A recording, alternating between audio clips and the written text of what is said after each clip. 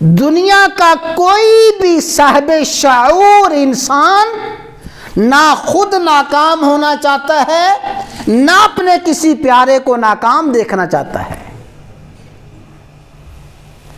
ہر صاحب شعور یہ کہتا ہے کہ میں کامیاب انسان بننا چاہتا ہوں۔ ہر صاحب شعور والد یہ کہتا ہے میں اپنے بیٹوں کو کامیاب انسان بنانا چاہتا ہوں، میں اپنے گھرانے کو کامیاب گھرانہ بنانا چاہتا ہوں، اپنی اولاد کو کامیاب باپ کی اولاد اور کامیاب اولاد بنانا چاہتا ہوں۔